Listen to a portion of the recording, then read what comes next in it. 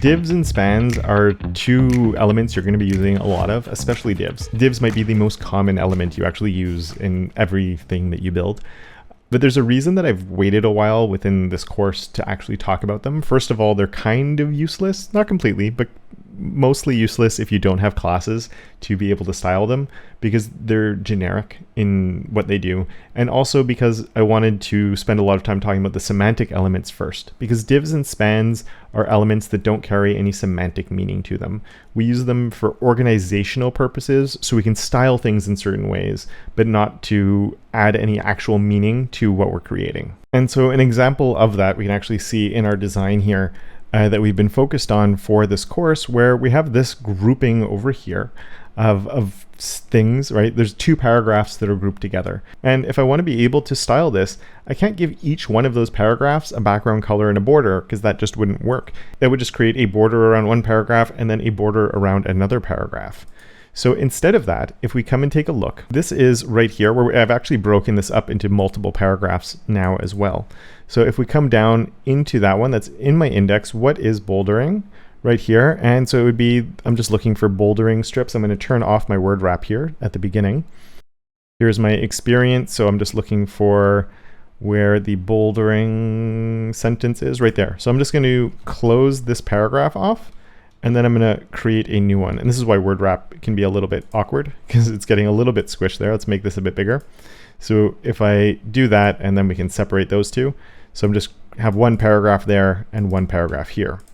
And let's refresh. We can see now we have these two separate paragraphs instead of one like we had in the original design that we were doing. And I want to give both of those a background. So what I would do is I can come over here and I can create a div. And then it's just like that, div, it stands for division. So we're creating like a division of content, and there's absolutely no semantic meaning. It's just for me to be able to grab and basically make this into a box that I can style and do my own thing with. So this division of content for me to style on my own, and I can close that div there. So open div, paragraph, paragraph, and then I have my closing div. And because these two paragraphs are inside there, I'm going to select it all and push tab to move it over, just so visually I can see that they are inside of that div. Now I could select this div by coming into my styles here and making a div selector, and that would select it. But we're going to have to use divs for a lot of other things in this project. And if I add a background color to this div, then every div I have on my page is going to have a background color. And that would be kind of annoying. So that's why I wanted to wait until we knew about classes. So instead of that, let's jump back on over to here and give this a name. And I do want to talk a bit about meaningful names too, because if I just put, I could call this anything I wanted, really. Let's go look at the design. Like I could just call this grouped paragraphs if I wanted to, but it's not really a great name. I could call it box if I wanted it to, but that's not really a good name either. So why don't we just come through and call it like teal background, right? So I'm going to come here and say class is equal to teal BG for teal background area. And we're going to hit save on that. And that whole div will be something that has the teal background. It's going to come with the border. It's going to change the fonts and everything else. And then we can come over to my styles, and instead of the div selector, it's a class selector. So it has to start with the dot, and then it would be teal BG, opening, close, curly braces. And then on this now, I could come through and add the colors I need. So for the background color, we could say background color is, and I've got it from off screen, I had this color right here. And let's go refresh and take a look. And we can see that's coming in. That's awesome. I'm also going to make this a bit smaller so we can look at both at the same time, because it makes life easier when you're looking at your browser and your editor at the same time. Then looking at this, we just have to apply the right things to it. If we compare that to the design, well, we have the border that needs to come on there. We have a different text color, and we have some padding. So if you're following along with me, I'd actually encourage you to pause and add those things in here yourself. And then once you're done, on pause, because we're going to do that and fix up a few other things after that, because we need to talk about spans still too. All right, and so for the border here, let's start with the border anyway. We can come in, and it's this color is the color of my border.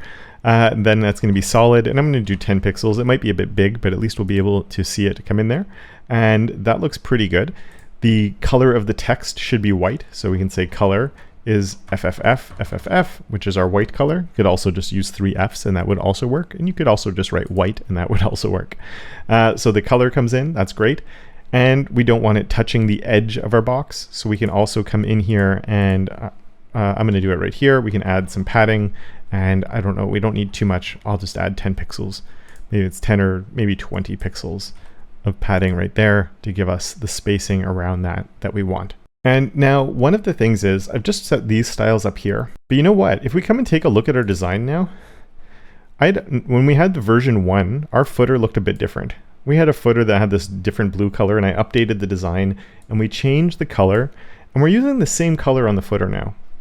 So you know what might be a good idea is, instead of taking all these same styles and applying them to the footer, is removing all of these from here, because we don't actually need them, or we do want the text align center. So I'm going to delete this and delete all of these things so the footer can keep my text align center on there. We go take a look, we just get a text align center all the way at the bottom.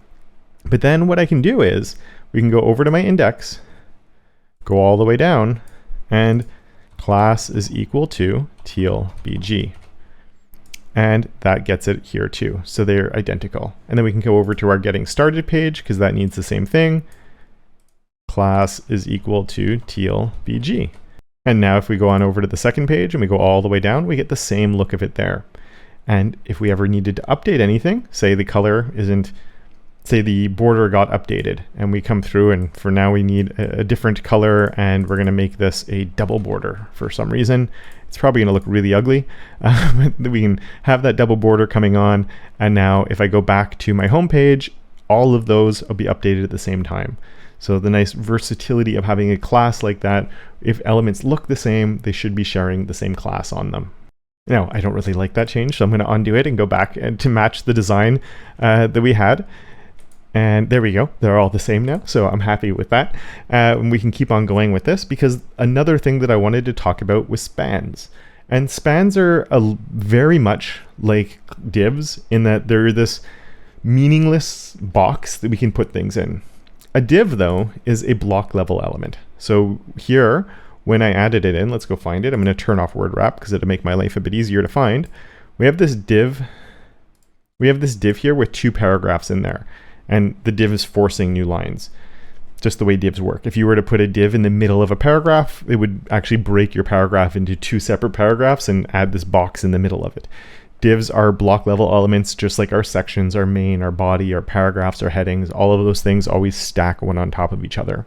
Sometimes we need to select something in the middle, just like we've had our strong tags that were coming through and making things bold, or over here we were adding italic with our emphasis tag.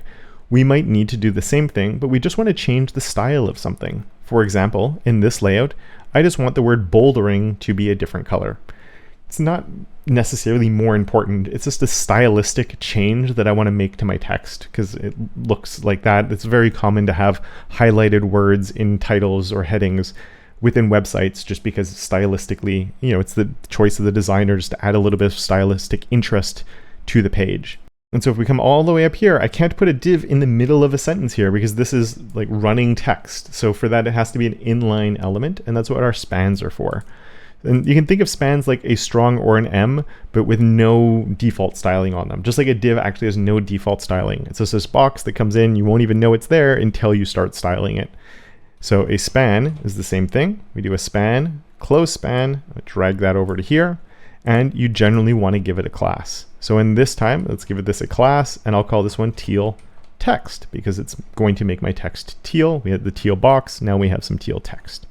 So I can hit save on that, go over to my styles, teal text, and I'm guessing it was this color right here, so I'm just going to copy that one without looking at my notes and say the color is this. Hit refresh, and then I can see that the color there is changed, and I also see that I'm pretty sure it's the wrong color. I think it needed to be a bit lighter, so we'll try that one instead. So I have this class of teal text, and it's coming and it's highlighting this word for me. But interestingly enough, let's go look at the design again. While I'm using this for a span here, if I come and look through this design, this heading is orange. If I go to my second page, this heading is still orange. One of my H2s is a different color.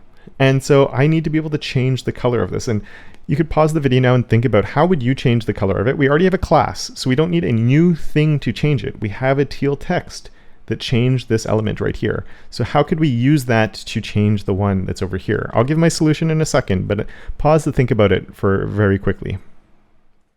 hopefully you did just that. And what we're going to do is let's go over to my index, go and find that other H2. So there was the second one, Y bouldering. I want this one to be the other color. And what a lot of people who are watching this did is they came in here and they added the span. And if you did this, awesome. It's not what I would do, but yeah, at least you're thinking about things in the right way.